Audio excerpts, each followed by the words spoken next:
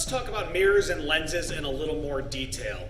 You already know that a plane mirror follows the law of reflection and creates very nice images, right? Something about that, when we're drawing a plane mirror, anytime we represent an object, for some reason we decided to do that with an arrow.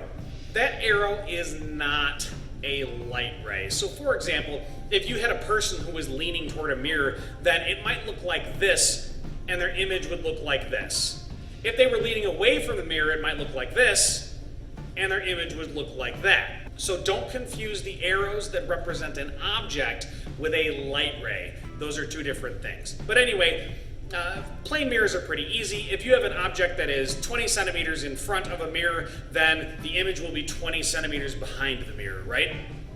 Okay, but once you start to use curved mirrors or lenses, things get a little bit different. So let's dive into the weeds on that. All right, so let's start with a little bit of vocabulary. I've got this big honking lens here and I want to show you a couple of things. So first, I have some lights on my ceiling, right? I have the periodic table painted on my ceiling and you can kind of see the image of the lights in this lens. So the image here, right, you can see nickel, but it's actually, that image isn't really there in the sense that if I put a screen there, you can't actually see it on a screen. Now, on the flip side, if I take the lens and I bring it toward the board, you can see, here's titanium right here, you can see images on the board, right? So this lens has projected images onto the board, and these are different types of images. Images that can actually be projected onto a screen, that's where the light rays are actually converging to. Those are called real images. The images where they can't be projected on a screen, but you can still see them in the lens or in a mirror, those are called virtual images. Now, virtual does not mean that they're not there, it just means that they're a different type of image. We have real, can be projected onto a screen, that's where the light rays actually converge, and then virtual, they can't be projected onto a screen because the light rays don't actually converge there, they just seem to. Remember that we always think that light travels in straight lines, and so when you have something that bends rays of light, it can change our perception. Although this isn't just a matter of perception, you can take pictures of virtual images. You just saw one on video, right? So it's not just something that's happening in your eyes. This means, of course, that a plane mirror produces virtual images, right? No light is actually converging behind the mirror. The back of the mirror is opaque in most cases, right? So anyway, if the image is right side up, then we call that an erect image, or a right side up image. If it's upside down, then we call that an inverted image. If an image is larger than the object, then it would be enlarged, and if it's smaller, we call it reduced. And we can define the magnification of the image as the height of the image divided by the height of the object. So the image is 2 times bigger than the object, then your magnification would be 2. That's a unitless scalar. If it was 1/3 the height of the object, then the magnification would be 1/3. Again, a unitless scalar. And whether you're dealing with plane mirrors or curved mirrors or lenses, concave or convex lenses, the following is always true. If you have only one of them, only one optical device creating the image, all real images are inverted, they're upside down, and all virtual images are erect. If you want to have a real erect image, you have to have at least 2 optical devices, mirrors or lenses, creating that image. Now, we've had mirrors and lenses for a very long time. In 1850, we uncovered a lens in what is modern-day Iraq that came from around 750 BC. And that lens was probably used maybe for starting fires. It's called the Nimrod lens. So, we've had lenses for a long time. Mirrors for even longer than that. Obviously, the first mirrors that humans used were probably clear pools and things like that of water, but we have lenses of polished obsidian from Anatolia, which would be modern-day Turkey, from back in 8000 BC. So for 10,000 years, we've been using these things. And over time, it went from, okay, we have something that kind of does this, to can we design mirrors and lenses to do specific things? And interestingly, the technology that we developed to be able to design these things predates our math to be able to describe it. And To that end, we actually use something called ray diagrams. So on these ray diagrams, we use SI to be the distance from the lens or mirror. Let's call it the instrument. The distance from the instrument to the image. We use SO to be the distance from the instrument to the object. Whether those are positive or negative depends. We'll get to the math on it later, all right?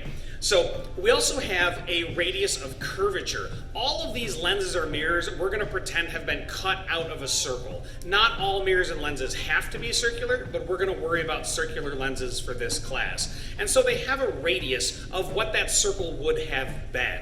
And the focal length of a lens is half of that radius of curvature for spherical lenses. To find the focal length of a mirror or lens, you can just take light that's very, very far away, and you can then focus it onto a piece of paper to get an image. And the distance from the center of the object to the image is your focal length. How exactly that works we'll get into when we talk about the math. But we don't actually have to do any math to find out information about objects and images.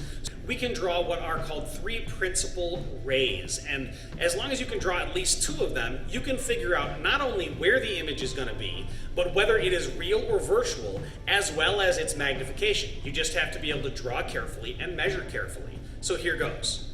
So I have a big concave mirror here, and you can see my ceiling being reflected, the periodic table and the lights, right? Well, ignore my finger here and take a look at what it does to the reflection of my hand. When my hand is way out here, you can see it in the mirror and it's inverted, right? My thumb is here, but the image of my thumb is underneath, right? If I take my hand and I move it toward the mirror, the image gets bigger and bigger and bigger and bigger, and then when I get to a certain point, it becomes this giant, distorted, fuzzy thing that really isn't an image at all. And then when I move in, all of a sudden, look at that. My thumb is right side up, and so is the image. And so if I move in, it gets closer and closer to the size of my hand. So my hand gets bigger, the image gets bigger and bigger and bigger, and then it distorts into this weird spot here that's right at the focal length of the mirror. And then when it gets further away, it becomes virtual as you go.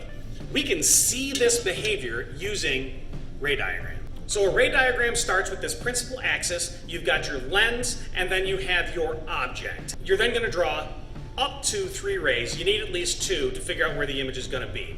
What these mirrors do is they take any light that comes from super far away that's coming in parallel straight at them, and it focuses them down to the focal point. So the very first light ray that you're going to draw is from the tip of the image straight to the mirror and then through the focal point. It is a ray, so please remember to put an arrowhead on it. Conversely, any light that comes from the focal point gets reflected straight away. And so you're going to draw from the tip of the object through the focal point till it hits the mirror, and then straight parallel away. Where those 2 rays intersect, there's the image. We already know where it is. But one more thing. Anything that comes from the center of curvature of the mirror is going to hit the curve of the mirror perpendicular, and it's going to bounce off. It's coming at it at the normal, so it bounces off at the normal. Remember, each of these rays follows the law of reflection. And so you're going to draw from the tip of the image through the center of curvature and then straight back on itself.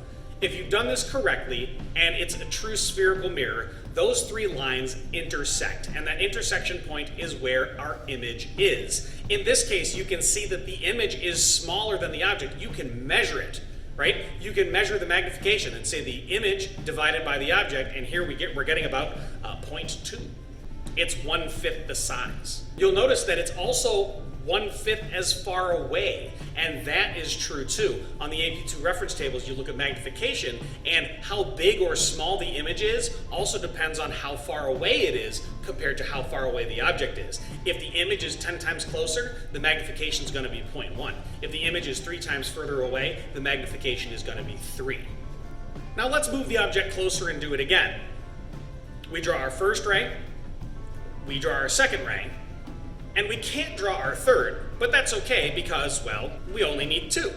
Either way, we now have an image that is further away than the object, right? And so it's magnified, it's bigger. Notice it is still real because the light rays are actually converging there, and it is inverted.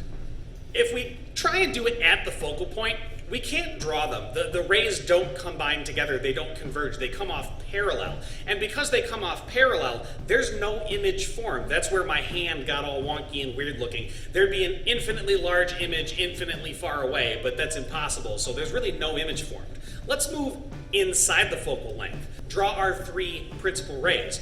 We can kind of draw them. We can at least trace backward through the center of curvature in the focal point, and you see that they diverge. They're never going to converge together. But they appear to converge behind the mirror. And so we get an image that is enlarged and erect and inside the mirror. Exactly what we saw with my hand. Now let's turn our mirror around and look at a concave mirror. All right, so I've got my hand way out here, and you can see it in the mirror, and when it's upright, the image is upright. If I move my hand closer, the image stays upright. There's no big flip, and when I'm really, really close, the image and my hand are almost the same size. So I'm getting a smaller, upright, virtual image the whole time. No flip, right? Okay, let's look at the principal ray diagram for that. Notice that the focal point for this mirror is behind the mirror. Let's draw our 3 lines. Our first one goes straight toward the mirror and then away from that focal point. That's what these types of mirrors do. The light that comes in parallel all gets spread away from that focal point.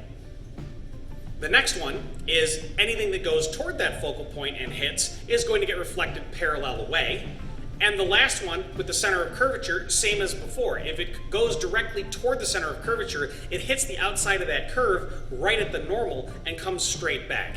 Those are your 3 lines. And unlike the previous one where you get this big flip when you go inside or outside of the focal length, these 3 are the same all the time, and you can always draw all 3 of them. And you notice that they never actually converge, but they appear to converge behind the mirror, and they give you an erect, reduced virtual image. You can do the same thing with lenses. Now you already saw with my convex lens, my converging lens, that when you're super close you get these virtual images, and when you're much further away you get real images that can be projected on a screen. What do the principal rays look like? Well, what does this lens do? Any light that comes in parallel gets focused down to the focal point.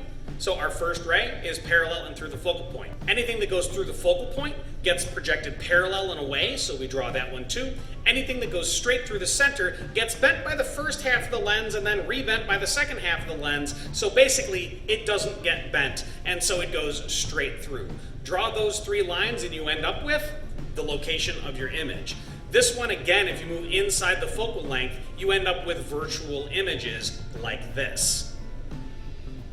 Now a concave lens, on the other hand, a concave lens, you can see images in the lens, right? Okay. But when you try and project those images on something, you don't get anything at all. So you can see images in it, but you cannot project those images onto a screen. The images are always virtual. And what do these look like? Any light ray that comes in parallel gets bent away from the focal point. Any light that goes straight through the middle goes straight through the middle. And any that go toward the focal point on the far side get bent straight away. And so these 3 rays never converge, but they appear to converge inside the lens, producing a virtual, erect, reduced image.